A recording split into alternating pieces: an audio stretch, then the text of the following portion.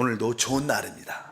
우리의 기도를 통해서 하나님의 뜻이 이루어집니다. 특별히 합당한 교회 생활은 하나님의 축복을 누리는 길이고, 그 교회 생활은 바로 신성한 생명을 따라 생활하는 것이다. 그래서 우리가 신성한 생명, 하나님께 속한 생명, 즉 영생을 말하죠. 영원한 생명을 따라 사는 것이 참 중요해서 우리가 영원한 생명에 대한 말씀을 나눕니다. 이 영원한 생명은 기본적으로 신성하고 영원하고 파괴되지 않는다. 특별히 사람은 육신에는 육신의 생명을, 혼 안에는 혼의 생명을, 거듭난 영 안에는 이 하나님의 교회라는 영생을 소유하게 됩니다. 그래서 우리는 이제 이 영 안에 계신 이 하나님의 생명을 따라 살아야 된다. 그렇다면 이 생명이 무엇인가? 이 생명의 무엇인가에 대해서 말씀드렸습니다. 생명은 하나님의 자체이다. 하나님이 생명이고 예수 그리스도가 생명이시고, 바로 그 생명을 주시는 분은 성령이십니다. 그래서 살리는 것은 영이다. 그러니까 생명을 주는 것은 성령입니다. 그래서 하나님, 예수 그리스도, 성령 자체가 생명의 본질이다. 그러면 이제 이 생명 안에는 생명의 법이라는 것이 있습니다. 그래서 오늘은 생명의 법에 대한 말씀을 한번 나누기를 원합니다. 로마서 8장 2절이죠. 이는 그리스도 예수 안에 있는 생명의 성령의 법이 죄와 사망의 법에서 너를 해방하였습니다. 그러니까 생명의 성령의 법, 생명의 성령의 법.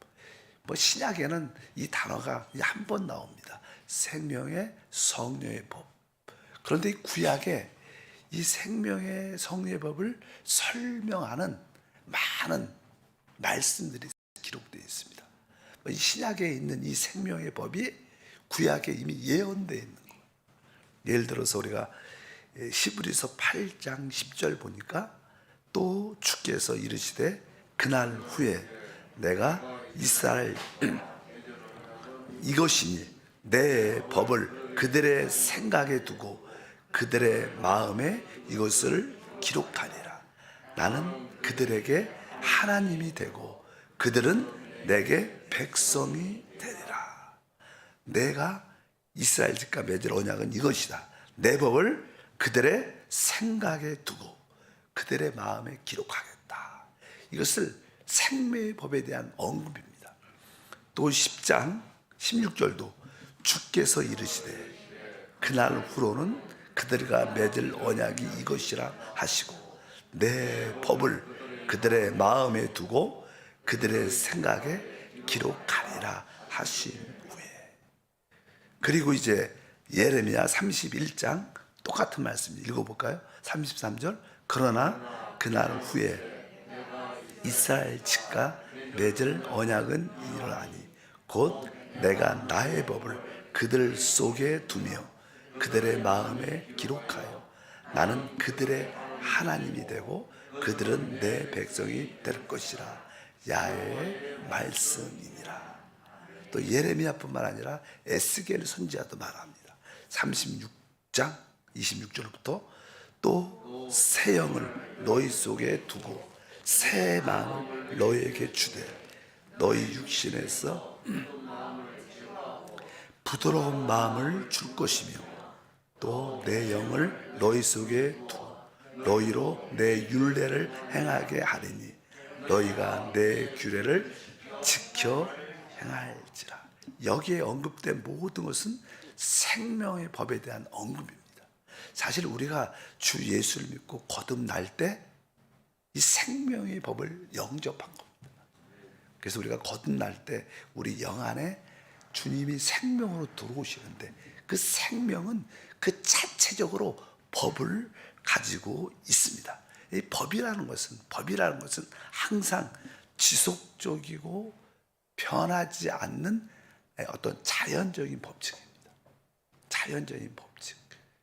우리가 중력의 법칙, 이 지구상에서는 모든 것은 다 땅으로 떨어지게 되어 있어요. 이것은 지속적이죠. 변치 않습니다. 이 지구가 있는 한.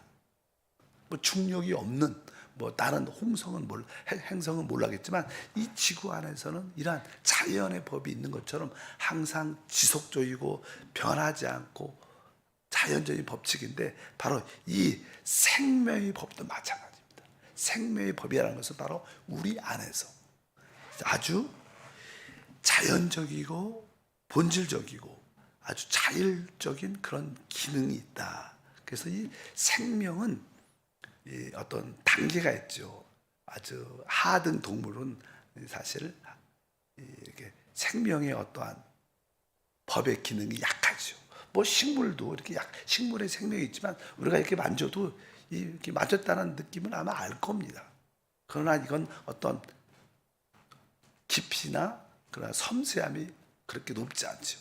그러나 이제는 우리가 반려견 강아지만 해도 벌써 생명의 느낌이 강합니다. 좋아하고 싫어하는 것들 다 알아요. 그리고 사람은 훨씬 뛰어나죠. 사람의 생명은 아주 섬세하죠. 그러나 하나님의 생명, 신성한 생명은 최고의 생명입니다.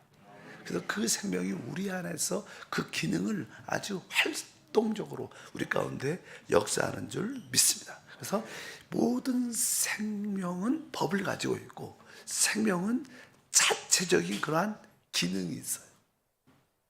예를 들어서 우리가 복숭아 같은 사과든, 이 복숭아는 결국 그 나무는 복숭아를 맺게 됩니다. 사과나무는 뭐예요? 사과를 맺는 기능이 있어요.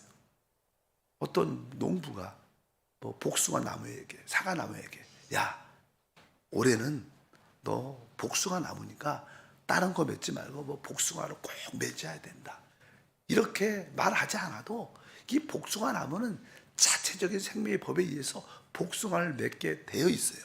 그것이 그의 기능입니다. 그렇다면 하나님이 주신 이 생명의 법의 기능은 무엇인가?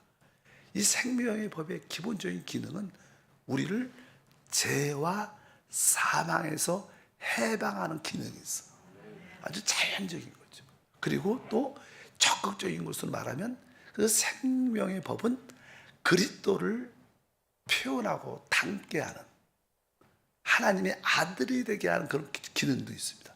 우리에게 있어서는 안 될 죄와 사망의 법을 제거하고 이기게 하는 능력도 있고, 또 우리가 그리스도를 본받아 주님을 표현하고 간증할 수 있는 그런 기능이 생명의 법에 있는 것을 아셔야 됩니다. 또 우리 신앙생활은 우리 안에 있는 그 생명을 따라 살면 자연스럽게 하나님의 뜻과 목적이 이루어집니다. 우리가 수고하고 노력하는 게 아니다. 우리 안에 영접된 그 영생, 영원한 생명, 신성하고 영원하고 파괴되지 않는 그 생명의 법을 따라 사는 게 사실 신앙생활이고, 그것이 바로 교회 생활인 줄 믿습니다. 그래서 이 생명의 법 그 자체는 사실 살아계신 하나님 자신입니다. 사실 생명의 성령의 법 다 동의합니다. 그러니까 우리 하나님은 생명이셔요. 또 우리 하나님은 성령이셔요. 우리 하나님은 뭐예요? 법이셔요. 법. 그분은 우리 안에서 법으로 오셨어요. 그러니까 우리가 조건만 맞으면 항상 그분은 역사예요. 우리가 하나님께 간절히 빌고 간구하고 구하니까 하나님이 주시는 게 아니라, 사실 우리가 간절히 기도한다는 것은 어느 순간에 여러분들이 막 뜨겁게 기도하면 이 생명의 법의 요구를 청주시키면 그 법이 확 역사해서 치유와 회복이 되는 거지, 하나님이 안 주시는 것을 억지로 구하는 게 아니라. 우리가 왜 기도하냐? 우리가 기도할 때 생명의 법의 역사할 길이 열려요. 그런 의미입니다. 그러니까 이 생명은 하나님 자신이구나. 생명은 곧 법이구나. 바로 이 생명이 삼위일체 하나님인 것을 우리가 분명히 알아야 된다.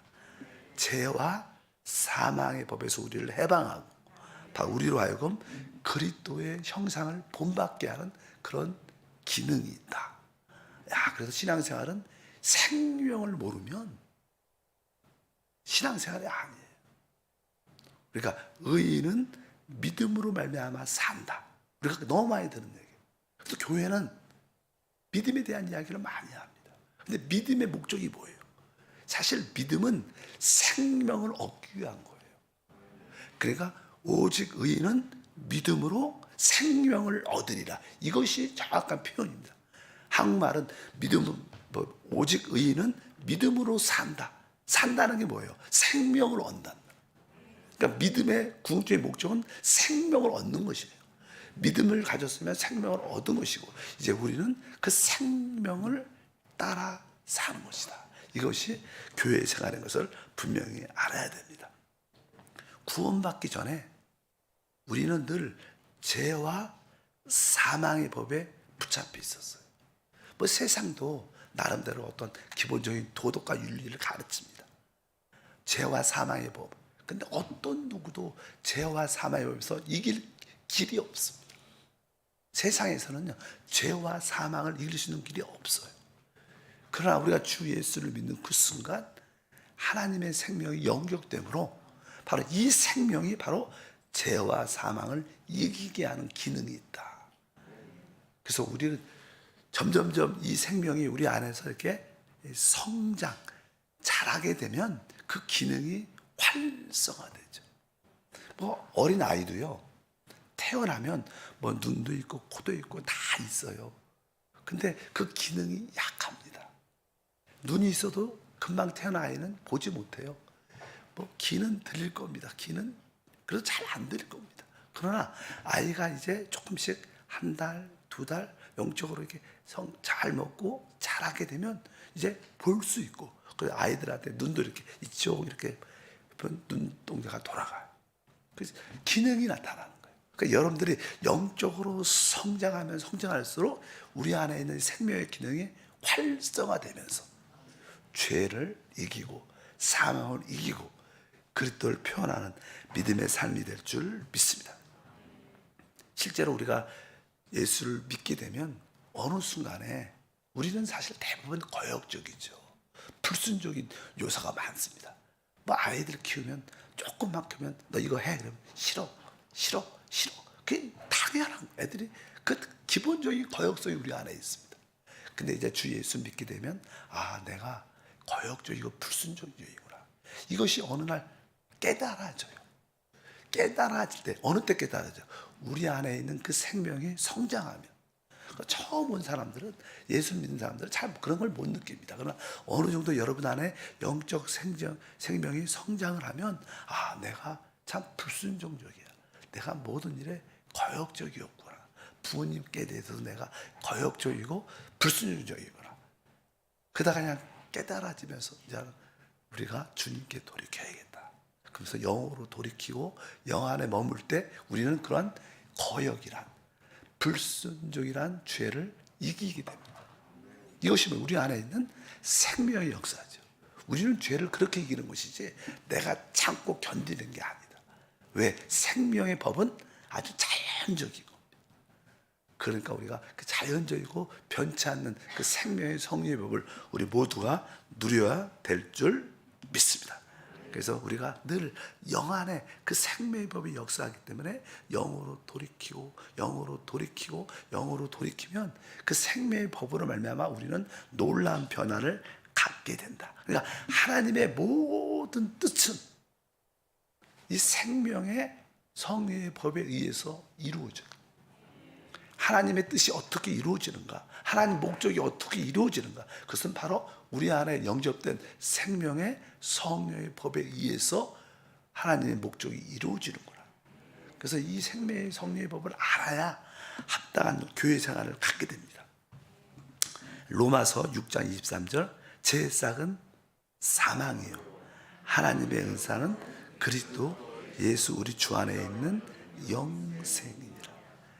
하나님이 주신 최고의 선물, 하나님의 선물이 뭡니까? 바로 하나님의 은사라는 것은 선물이야. 은사는 선물인데 하나님의 은사, 하나님의 선물은 바로 우리 주 예수 안에 있는 영생, 바로 생명이라, 영원한 생명. 이것을 여러분들이 잘 알고 체험하고 누리는 것이 바로 하나님의 뜻인 줄 믿습니다. 그래서 우리 한세교회가 생명에 대한 이야기를 많이 하는 게 이것이 신앙의 본질이죠. 믿음조차도 이 생명을 얻기 위한 것이고, 생명을 얻었다면 우리는 이 생명을 따라 삶으로 하나님의 뜻과 목적을 이루는 그런 생활을 해야 될 줄 믿습니다. 그래서 어쩌든지 우리가 하나님을 믿을 때 그냥 구약에는 하나님의 이 법, 율법을 우리 받게 주셨습니다.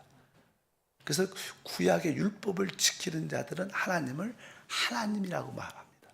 그러니까 율법을 지킬 때 바로 하나님 백성들은 하나님을 하나님으로 가져요. 근데 우리 하나님은 하나님일 뿐만 아니라 우리의 뭐예요? 아버지셔요. 왜? 그분은 우리에게 뭘 줘? 생명을 주시는 거예요. 우리를 또 여기 세상에 남자가 많지만 아무나 아버지라고 안 불러요. 아버지는 단 한 분이에요. 나에게 생명을 주신 그분이 아버지. 그러니까 우리가 하나님을 아버지라고 부르는 것은 그분이 우리에게 생명을 주셨기 때문에. 바로 그래서 우리가 이 생명의 법을 따라 살 때 우리는 하나님을 뭐라고 불러요? 아버지라고 부를 수 있어요. 그러니까 종교인들은 하나님을 아버지라고 절대 못 부릅니다. 우리는 자연스럽게 뭐가 나와요? 아바, 아버지, 아버지. 이렇게 왜? 진짜 생명을 가졌기 때문에. 그래서 여러분들이 이 생명을 따라 살 때 하나님을 진짜 아버지로 누리는 거예요. 이 생명과 관계없이 하나님을 아버지라고 부를 수 있지 않다. 그래서 하나님이 그런 말씀입니다. 이제 내가 내 법을 너희 마음에 줄 것이고 나는 너의 하나님, 너의 아버지가 될 것이고 너희 나의 아들이 될 것이다. 이것이 신약의 핵심적인 내용인 줄 믿습니다. 그래서 여러분들이 이 생명의 법에 대한 인식이 깊어지길 바랍니다. 뭐 기초죠, 기초적인 이야기. 우리가 우리 양육공과에 생명의 성령의 법이라는 책이 있는데 사실 그것은 좀 수준이 높은 거고 대학원 과정이고 이게 기초 과정이죠, 기초 과정. 다시 한번 여러분들에게 처음 믿는 사람들에게 기본 공과를 만드는 중이라 지금 하고 있는데 지난번에 우리가 신유의 복음 얘기했잖아요. 아마 좀 있으면 신유의 복음 양육공과 나올 겁니다. 여러분들이 많이 읽어보시고 또 이 책도 그냥 새벽 예배 끝내면 기본적으로 양육공과 나오면 그리고 나서 생명의 성령의 법을 말씀 나누면 더 이해가 깊어질 거라고 믿습니다. 우리는 아주 놀라운 출생을 가졌는데 그것이 거듭남이고 그 거듭남이 바로 신성한 출생인데 바로 이것인지 아는 출생을 했기 때문에 우리는 어떻게 성장해야 된다. 중요한 것은 우리가 그냥 어떻게 성장할 수 있냐는 겁니다. 이제 그것이 기본적으로 생명의 법에 대한 이해를 갖고 있어야 돼요. 근데 이 생명은 어디서 오는가? 이 생명을 어떻게 우리가 가지고 누릴 수 있는가? 성경은 이제는 빛이라는 단어가 옵니다. 빛. 그래서 우리가 생명의 법 따라할까요? 생명의 빛. 우리 찬양 가사 생명의 빛이 임할 때 나의 죄를 보았네 이렇게 시작하자. 찬양에 생명의 빛을 여러가 알아야 됩니다. 요한복음 1장 4절을 보니까 그 안에 생명이 있었으니 이 생명은 사람들의 빛이라. 빛. 우리가 이 빛을 가져야 사실 빛에서 사실 생명이 나옵니다. 빛. 성경은 말하죠. 하나님은 빛이시라. 빛. 그러니까 그 하나님이 또 생명이니까 빛이 있을 때 우리는 생명을 갖게 됩니다. 우리가 너무나 잘 아는 창세기 1장 2절이죠. 2절에 보게 되면 땅이 혼돈하고 공허하며 흑암의 깊음이 있고 하나님의 영은 수면에 운행하신다. 땅이 아주 혼돈하고 공허한 가운데 사망으로 가득 차 있었다. 이 지구가 아주 사망으로 가득 차 있었을 때 첫 번째 하신 말 주님 뭐예요? 빛이 있으라고요. 빛이 임하니까 이제 생명이 시작되는 거예요. 그 생명 안에는 뭐가 있어요? 빛이 있고 빛 안에 생명이 시작된다. 그래서 생명의 빛이라는 단어가 나오죠. 요한복음 8장 그 앞에 12절에 보니까 예수께서 또 말씀하여 이르시되 나는 세상의 빛이니 나를 따르는 자는 어둠에 다니지 않고 생명의 빛을 얻으리라. 우리가 생명의 빛을 얻을 때 모든 어둠에서 해방됩니다. 그래서 생명의 빛, 빛이 바로 생명을 가져오는구나. 빛이 생명을 가져오는구나. 이것을 여러분들의 그 빛비침, 어느 날 찬양 가운데, 기도 가운데, 말씀 가운데 어떤 빛을 받게 돼요. 빛이란 것은 볼 수 있는 능력이죠. 빛이 있어야 보잖아요. 빛이 있으면 깨달아져. 무엇인가 깨달아. 빛이 오면요, 내가 죄인이구나. 그러면서 내가 죄인 것을 우리가 회개, 통에 자복하니까 어둠과 죄가 떠나가고 뭐가 와요? 생명이 오니까 우리 안에 자유와 치유와 회복이 나타나는 거예요. 그러니까 이 생명의 근원은 빛이다. 빛. 그래서 생명의 빛이라고 표현합니다. 생명의 빛. 빛은 근데 이 빛이 어디서 오는가? 빛은 하나님 말씀 안에 있어요. 말씀 안에. 사실 우리 하나님을 설명할 때 여러 가지가 있지만 태초에 말씀이 있어요. 그 말씀이 누구예요? 하나님이십니다. 바로 그러니까 이 하나님의 빛은 생명을 가져오는데 이 빛이 어디 있느냐? 말씀 안에 있다. 말씀 안에서 빛을 얻는 것이구나. 그래서 여러분들이 아시기를 바랍니다. 그러면 거기에 대한 말씀을 한번 계속 나누겠습니다. 내일 합니다. 하나님 감사합니다. 다시 한번 우리 안에 영접된 그 신성하고 영원하고 파괴되지 않는 놀라운 생명을 주심을 감사합니다. 우리가 영 안에 있는 이 생명을 따라가게 하시고 이 생명의 기능이 우리 안에서 마음껏 역사하여 모든 죄와 사망에서 해방되고 그리스도의 형상을 본받는 놀라운 삶이 되게 하옵소서. 오늘도 이 생명을 따라갑니다. 이 생명은 바로 빛에서 옵니다. 빛은 하나님 말씀 안에 있는 기능입니다.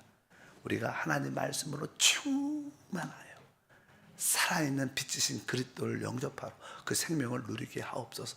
주 예수 이름으로 기도합나이다. 아멘.